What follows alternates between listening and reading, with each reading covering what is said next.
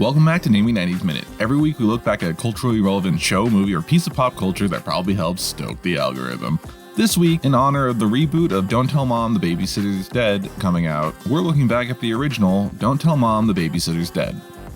Don't Tell Mom the Babysitter's Dead is a 1991 coming-of-age dark comedy starring Kelly Bundy from Married with Children, replicant Zora Sloan from Blade Runner, Knox Overstreet from Dead Poets Society, the overbearing mother from the TV series Providence, Jamie Lloyd from Halloween 4 and 5, Mulder from The X-Files, Lucy Moran from Twin Peaks, and the voice of Homer Simpson as the opening credits cartoon. The story revolves around 17-year-old LA high school graduate Sue Ellen "Swell" Crandall, who can't afford to fly off to Europe with her friends for summer vacation, which, when you graduate from high school and don't plan on continuing your education, just means you're unemployed. Her divorced mother goes to Australia for the summer with her boyfriend and hires an old woman to look after Swell and her 4 siblings. The babysitter ends up being a tyrant, but luckily dies in her sleep. They assume the dead woman means they get to enjoy the freedom of living alone for the summer while their mom is away, if they don't notify the authorities, and just drop the body off at the mortuary. Unfortunately, the dumb kids don't realize all the spending money was on their dead babysitter's body, so Swell gets a job at a fast food joint to make ends meet for her and her siblings. She hates the job and quits, then fakes a resume to get hired as a receptionist and ends up getting a job as an executive assistant at a clothing company, passing over the current receptionist Carolyn, who immediately resents Swell. Swell tries to do the whole work-life balance thing and gets stressed out. Also, she inadvertently starts dating Carolyn's brother, who she worked with at the fast food restaurant. He confronts her about her double life and angrily parts ways with her when she doesn't want to come clean. Carolyn and her co-worker David Duchovny scheme to get Swell fired, and Swell also has to fight off the advances of her boss's boyfriend, who is an exec at the company. Meanwhile, she borrows/steals from petty cash to keep her afloat until she gets her first paycheck, but her siblings also steal from the petty cash and blow it on expensive luxury items like a home entertainment center. Swell learns the company might go out of business, so she creates a new clothing line, and her boss suggests they throw a banquet fashion show. And Swell, having lost all the petty cash to her siblings, convinces them to do it at her house and has her siblings clean it up, beautify it, and be caterers for the party.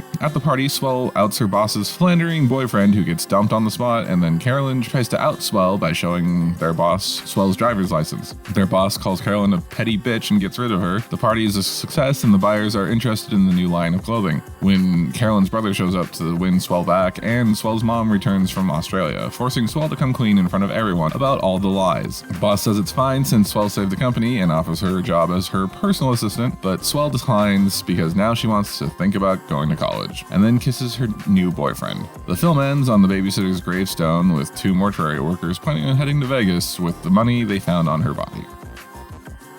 And that's Don't Tell Mom the Babysitter's Dead in a Namely 90s Minute. More or less. Join us again next Tuesday for another Namely 90s Minute. Remember, you can always hear these a day early in full episodes of Namely 90s on all major podcasting platforms. And most of the small ones, too.